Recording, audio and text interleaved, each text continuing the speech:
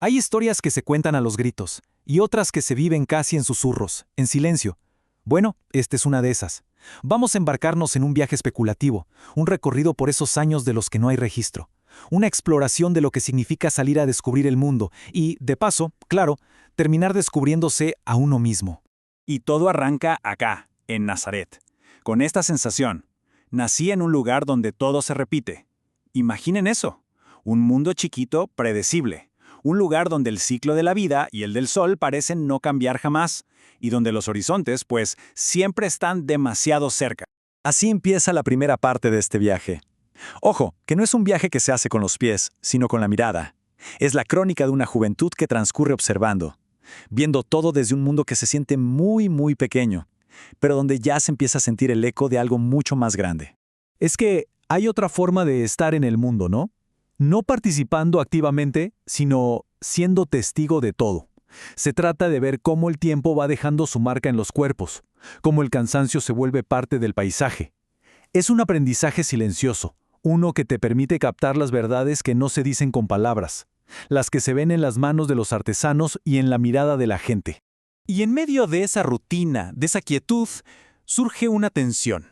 Por un lado, la vida de siempre en un pueblo donde nada cambia, pero por el otro, a lo lejos, la imagen de las caravanas. Y esas caravanas son la prueba viva de que más allá de esas colinas, el mundo no solo es más grande, sino que está todo el tiempo en movimiento. Pero, claro, llega un punto en el que solo mirar ya no es suficiente. Nace un impulso, una necesidad de moverse, de ir a ver qué hay en ese mundo más amplio. La inercia por fin se rompe, y ahí sí, ahí comienza el verdadero viaje. Una de las primeras realizaciones llega al observar algo tan cotidiano como el trabajo, el esfuerzo físico de los constructores, el peso que cargan los hombres, y de repente, clic, se entiende algo fundamental. El sufrimiento no es un castigo, no es una falla en el sistema. Es una constante, es parte del orden de las cosas, tan real como la piedra misma. Y entonces, queda claro, la partida no es por una visión mística o un mandato divino, no, para nada. El llamado no viene del cielo, viene de la tierra, del camino. Es una curiosidad tan, pero tan poderosa que le gana al miedo a lo desconocido. Es simplemente la necesidad humana de saber qué hay más allá.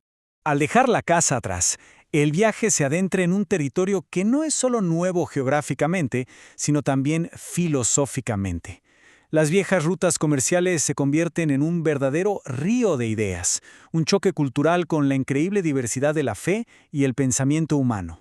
El camino lleva primero a los grandes centros neurálgicos del mundo antiguo. Damasco, un hervidero de gente, un cruce de caminos total. Palmira, una ciudad imponente en medio del desierto. Y ahí, el encuentro con gente de Roma, de Persia, de lugares cuyos nombres apenas se habían escuchado alguna vez. El contraste es abrumador. Se deja atrás un mundo con un solo Dios, una sola verdad, y se entra de lleno en las tierras de Mesopotamia con sus dioses antiguos, olvidados, y en Persia, donde se habla de una lucha cósmica entre el bien y el mal. La idea de que existe una única verdad empieza a desmoronarse por completo. Pero, curiosamente, esta idea persa de una lucha interna no se siente para nada ajena. Al contrario, es como una confirmación. Claro, es la misma lucha que se había observado en silencio en la gente del propio pueblo. Y de repente, una filosofía lejana le pone nombre a una verdad que ya se conocía por pura experiencia.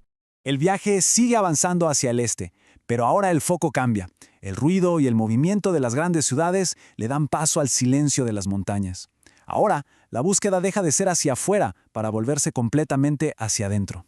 La ruta se vuelve, sin duda, más difícil. Más solitaria. Se cruza lo que hoy conocemos como Afganistán, se llega al Valle del Indo y finalmente a las imponentes cumbres de los Himalayas. Las caravanas son cada vez más pequeñas y el silencio se convierte en el compañero de viaje principal. Llegar a la India es una explosión para los sentidos. Colores, olores, multitudes, pero más allá de eso hay una idea que lo cambia todo: la reencarnación. La vida ya no es una línea recta con un principio y un final, sino un círculo. Un ciclo infinito en el que se regresa una y otra vez para seguir aprendiendo. Y por último, en la quietud de los monasterios del Himalaya, la conversación da un giro total. Ya no se habla de dioses externos, no, ahora se habla de la propia mente, Se aprende a observar los pensamientos, a entender cómo nosotros mismos somos la fuente del sufrimiento y cómo también es posible trascenderlo. Y así, después de tantos mundos, tantas creencias y tanta gente, una verdad empieza a surgir. Pero no es una verdad de las que están escritas en libros sagrados, sino una que se encuentra en la experiencia compartida y que parece conectarlo todo. Es el hambre del nómada en el desierto, es la pérdida del mercader en la ciudad, es el miedo del peregrino en la montaña. Las circunstancias cambian, los rostros son distintos, los dioses tienen otros nombres, pero el sufrimiento, en su raíz, es el mismo, en todos lados. Y ahí está, la gran revelación. El dolor no tiene idioma, es el verdadero lenguaje universal. Es ese hilo invisible que nos conecta a todos, más allá de la cultura, la fe o el lugar donde nacimos. Es el único terreno común que de verdad toda la humanidad comparte. El viaje físico puede que esté llegando a su fin, pero la transformación interna, esa es para siempre. La última etapa ya no se trata de volver al punto de partida, sino de regresar. Y regresar siendo alguien completamente nuevo. Se completa así un ciclo perfecto, ¿no les parece? Se partió de la observación silenciosa, para luego escuchar un llamado interno. Después, se encontró con lo diferente para poder comprender lo universal. Y finalmente, todas esas lecciones se integran para dar forma a un nuevo ser. Al regresar a Nazaret, por fuera nada parece haber cambiado. Las calles son las mismas, las casas también, pero la mirada que las ve es otra, completamente distinta. El mundo de afuera sigue igual, pero el mundo interior ha sido transformado para siempre. La llegada al río Jordán es como un momento de claridad absoluta. No se trata de tener todas las respuestas del universo, no. Se trata de haber encontrado una comprensión esencial, un propósito. De repente todo lo vivido, todo lo visto y aprendido, finalmente cobra sentido.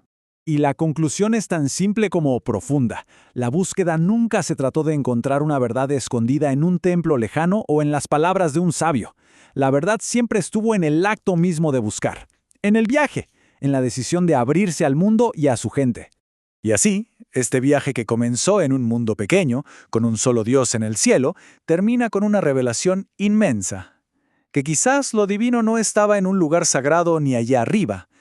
Quizás se reflejaba en la humanidad misma, en cada rostro encontrado a lo largo del camino.